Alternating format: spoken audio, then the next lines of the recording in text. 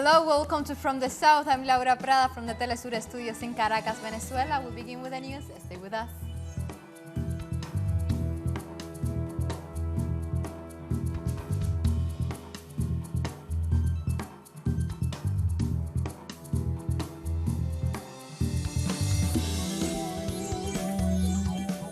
An Israeli missile strike has hit Syria's Quneitra province, killing at least one soldier.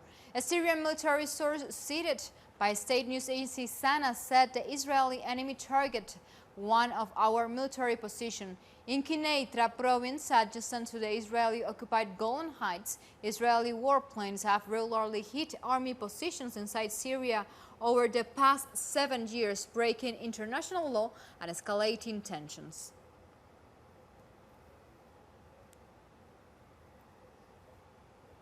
And while the Syrian army continues its operation against terrorist groups in the northwest of the country, military forces have found evidence of al-Nusra and White Helmet collaboration in planning a false flag chemical attack. Our correspondent in Damascus, Hisham Wanous, has the latest for us in the following report. Let's see it. Welcome, Hisham. The Syrian army, with the support of the Russian Air Force, has successfully completed its anti-terrorist mission in the northwest of Syria, to the south of Idlib province and north of Hama. It's important to highlight that the authorities say this operation is a response to the terrorist forces' continuous violations of the demilitarized zone. Established in Idlib and Hama, created in Aleppo by Turkey and Russia in September 2018. The terrorists attacked with more than 38 missiles to the north of Hama, with some hitting the Al-Suqalabiya National Hospital, causing the death of 5 people and injuring 12 more. The attack took place after an al-Nusra counter-attack in which they sought to retake the town of Kafr Nabuda, which was recently liberated by the Syrian army. More than 200 al-Nusra extremists participated in the attack with tanks and heavily armed vehicles. The army were able to repel the attack, killing at least 50 terrorists, as well as destroying their vehicles. The Syrian army is continuing to sweep for mines left by the terrorists in Kafr Nabuda. In the same area, the army found a terrorist White Helmet field hospital showing involvement with al-Nusra, that held medicine and equipment, including gas masks, as well as anti-toxic suits, which were made in Germany. This provides evidence for the denunciation made by Damascus in Moscow, with the al-Nusra terrorists, with the support of the White Helmets serving foreign interests, prepared a false flag chemical attack in Idlib in order to encourage foreign intervention and impede the operations of the Syrian army. That's all we have until now.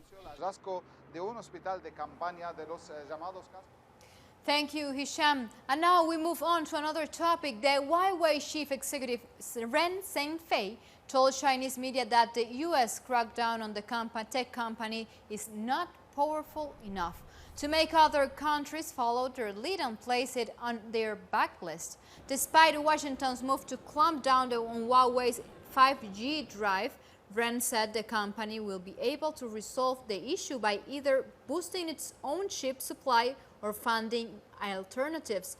Trade talks between China and the United States have stalled again, but both parties said they were working towards a trade agreement to solve the dispute between the two countries, which began when Donald Trump administration placed heavy tariff on Chinese goods in June 2018. Ren went on to say that if Trump calls him, I will ignore him. Then who can we negotiate with? If he calls me, I may not answer, but he doesn't have my number.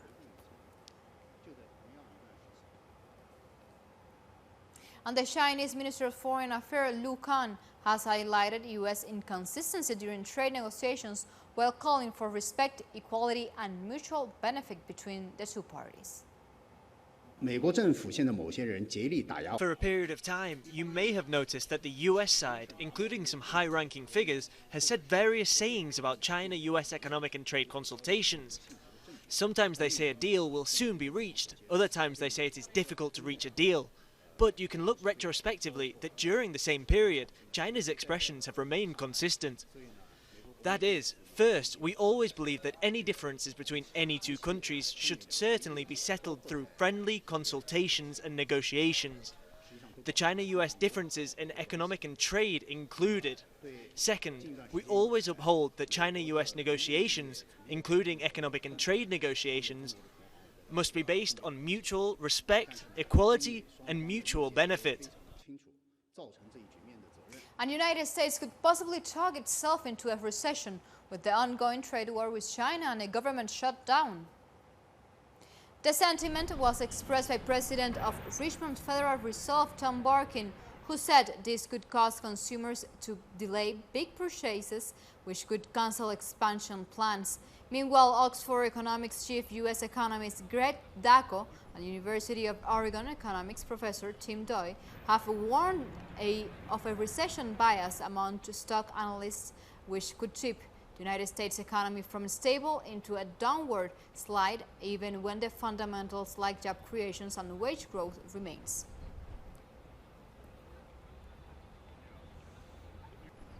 And the Austrian Chancellor Sebastian Kurz, who was ousted from office in a non-confidence vote, the opposition Social Democrats and his previous coalition ally, the Farright Freedom Party, backed the no-confidence motion. This comes after the leader of the Freedom Party had become embroiled in a political scandal caused by a secret video, and Kurz ended the coalition.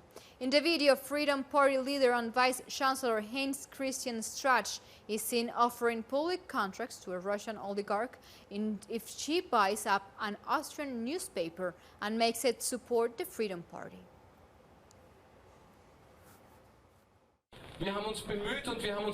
We gave our best efforts and we tried hard, and now we are tasked with the same task. After being voted out in Parliament, I called the President and assured him that we would help to create an ordered handover to the transitional government, and that we will support the transitional government, whomever he chooses.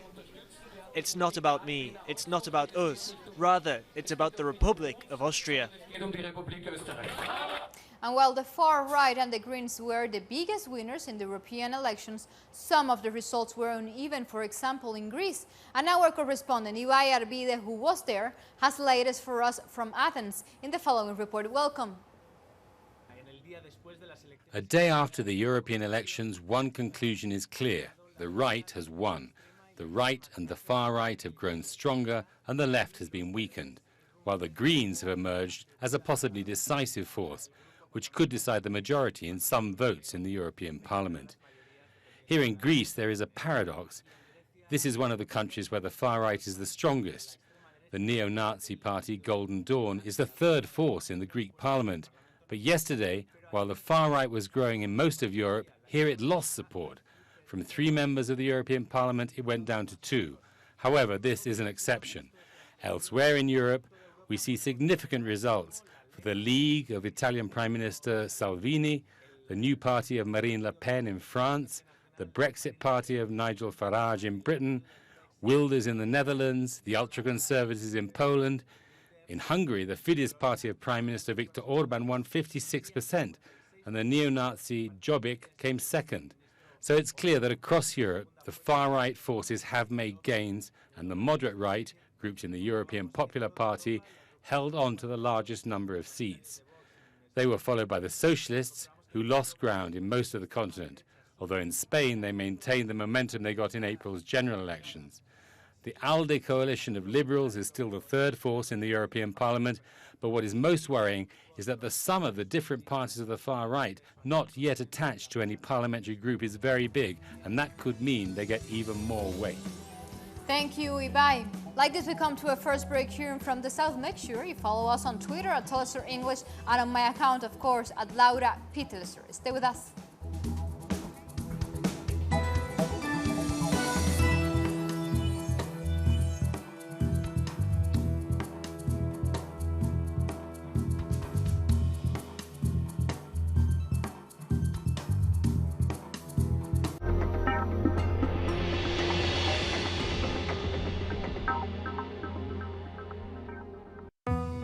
为了保持身体健康，我冥想。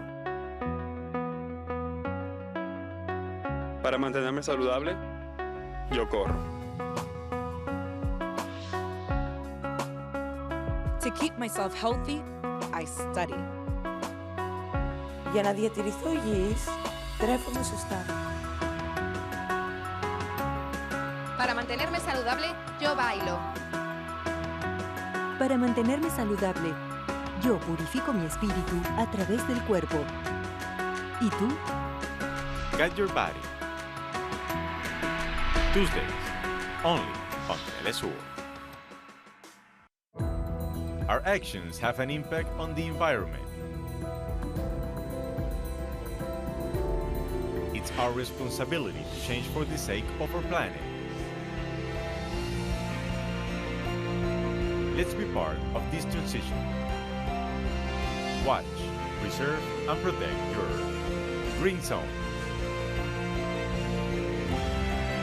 Wednesdays, only on Telesur.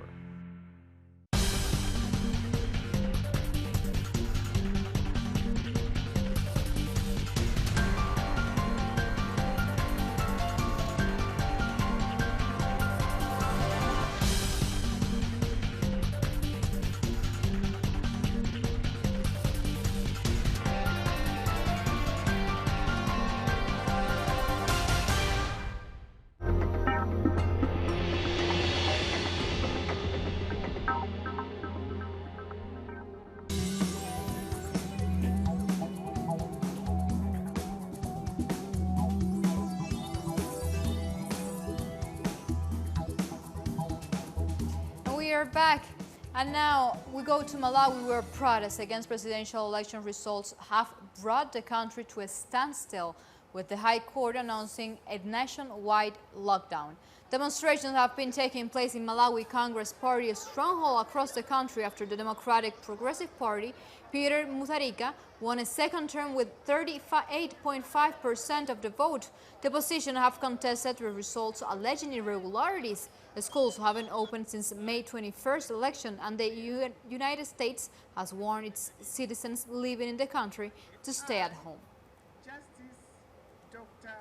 Jane. And the Sudanese Red Sea port workers are staging a strike to support the country's ongoing revolution. The Seaport Corporation Workers Union has joined the Sudanese Professionals Association, called for a general political strike on Tuesday. According to workers, ports are essential to the strike because they are critical for mass economic projects. The groups are demanding that the ruling military council transfer leadership to a civilian-led transitional authority that is meant to oversee a 3-year transition towards democracy. What we are resorting to here at the Seaports Corporation is to go on strike, a complete political strike, which is what the Sudanese Professionals Association has called for. The seaports are of great importance to the general political strike. For example, the port represents the sole transit to a series of economic projects. It also represents all products and services coming in and out of Sudan. At least 45 people have died after a boat sank in the Western Democratic Republic of Congo. The boat sank on Lake Maindombe on Saturday. According to officials, over 400 people were on board, with reports that about 200 passengers are still missing. Search and rescue operations on the lake could take between 2 and 3 weeks. 11 children were among those who died.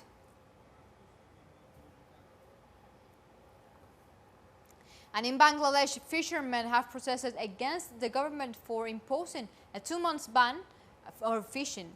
The government imposed the ban last week in an effort to replenish depleted sea life, but protesters have submitted a memorandum demanding the ban be shortened to 1 month. However, as part of compensation measures, the government has announced it will provide free rides to badly affected fishermen.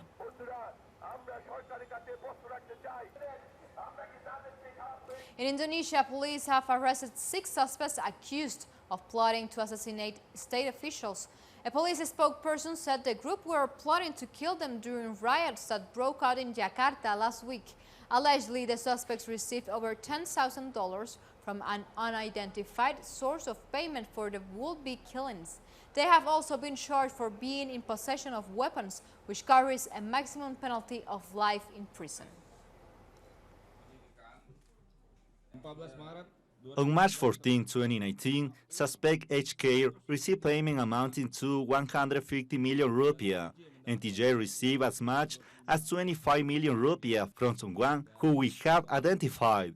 TJ was ordered to kill two national figures. I cannot say their names in public.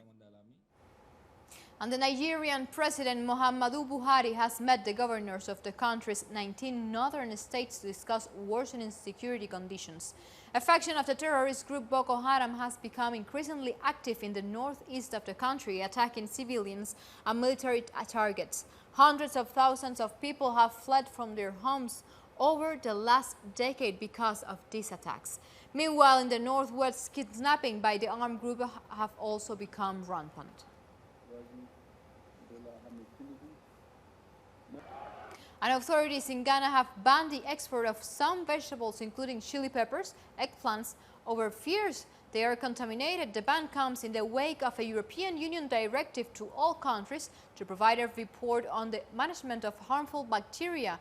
The Vegetable Producers and Exporters Association of Ghana have asked to postpone the ban, arguing it will affect the work of about 400,000 farmers, but authorities want to avoid new restrictions being imposed by the European Union on Ghana, as the most recent of which were only lifted last year.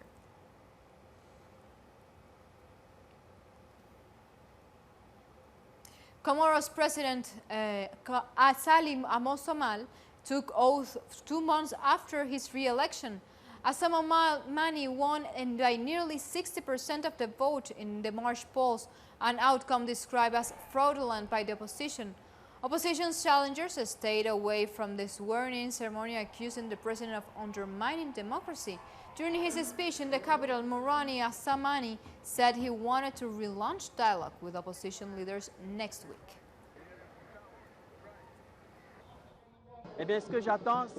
What I'm expecting is precisely for them to institute a new change, a new method and policy that speaks to an entire political class and at the same time that is a dynamic, positive, social and economic approach. Time for a second and very short break. Stay tuned.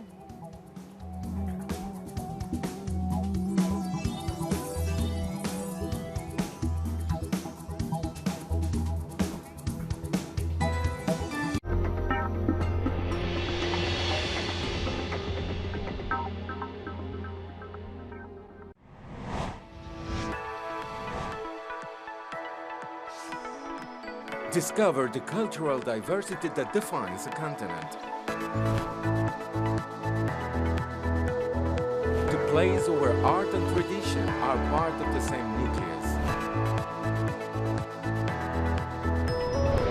Artistic expressions,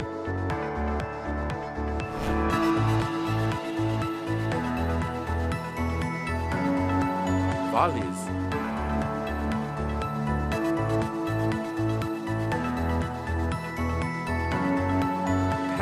and more.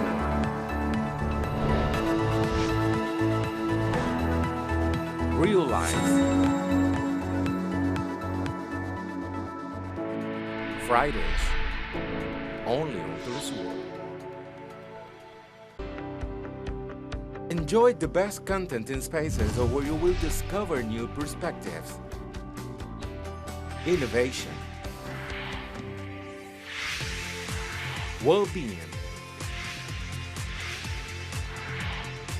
conservation, equity, traditions.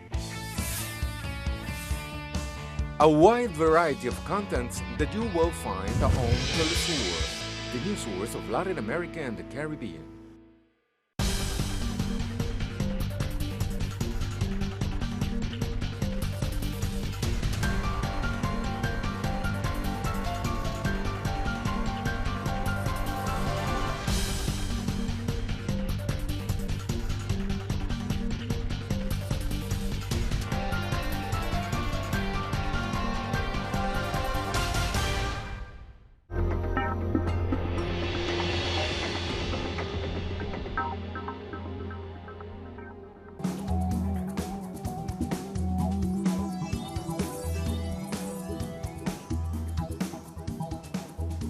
We are back and we talk about Latin America. In Bolivia has assumed the pro tempore presidency of the Andean Community of Nations bloc for a period of 1 year.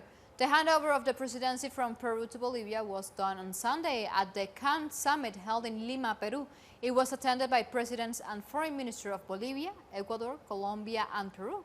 The president of this last country, Martín Vizcarra, urged the bloc to take decisive actions to combat corruption and climate change.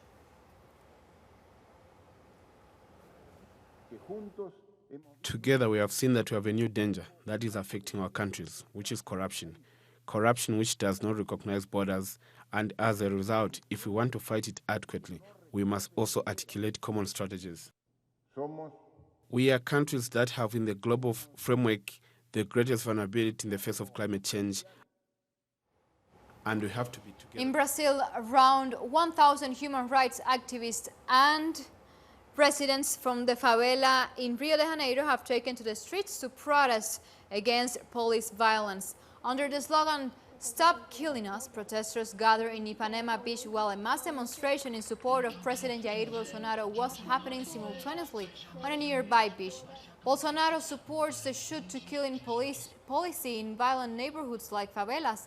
According to official figures, over 430 police killings took place in the first 3 months of 2019.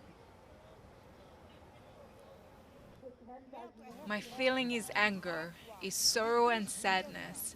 I'm here. My son will not come back. Nothing that I or someone else does will bring my son back. But I would like this police violence in the favela to stop so no other mother feels what I'm feeling.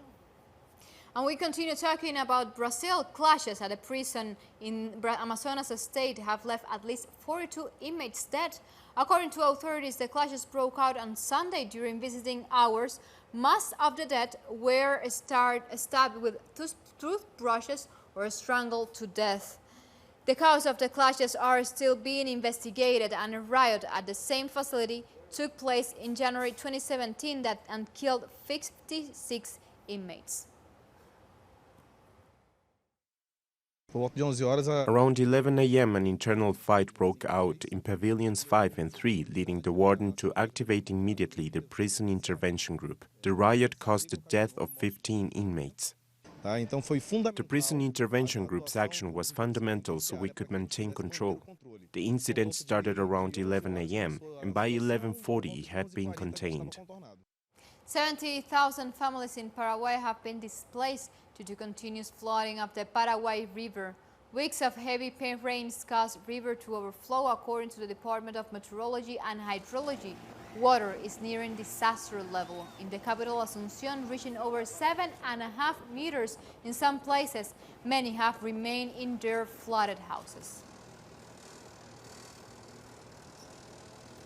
And now we go to Mexico because it's been more than 4.5 years since the disappearance of the 43 students from a rural teacher training college in Ayotzinapa in Mexico.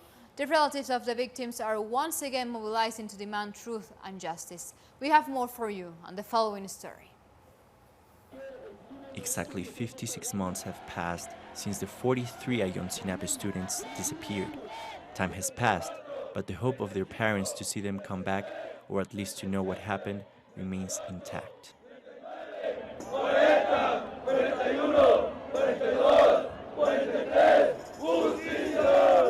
During this protest, the families demanded that the Attorney General appoint a special attorney for the case, as President Andrés Manuel López Obrador had promised at the beginning of his term. It is unbelievable or logical to wait so long.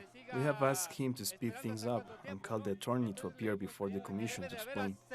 That's why we don't think we will have to wait much longer. Their desperation is palpable as they wait for results from the Truth Commission set up on December 3rd last year by presidential decree. Meeting after meeting, the parents have requested that members of the armed forces who might have been involved in the disappearance of their children be called to declare.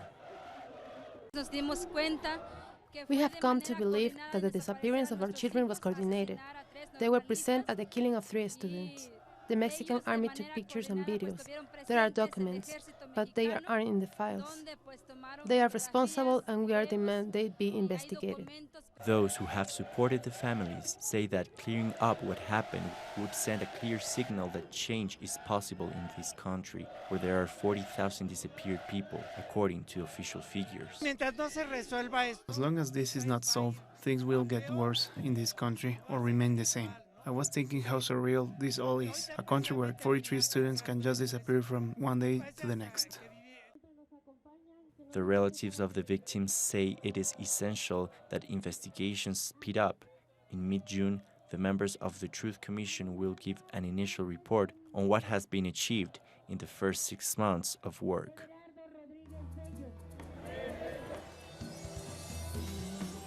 Like this, we come to the end of this youth report. You can find this and much more other resources on our website, terrestrialenglish.net, where of course you can read opinion article or watch our special interviews.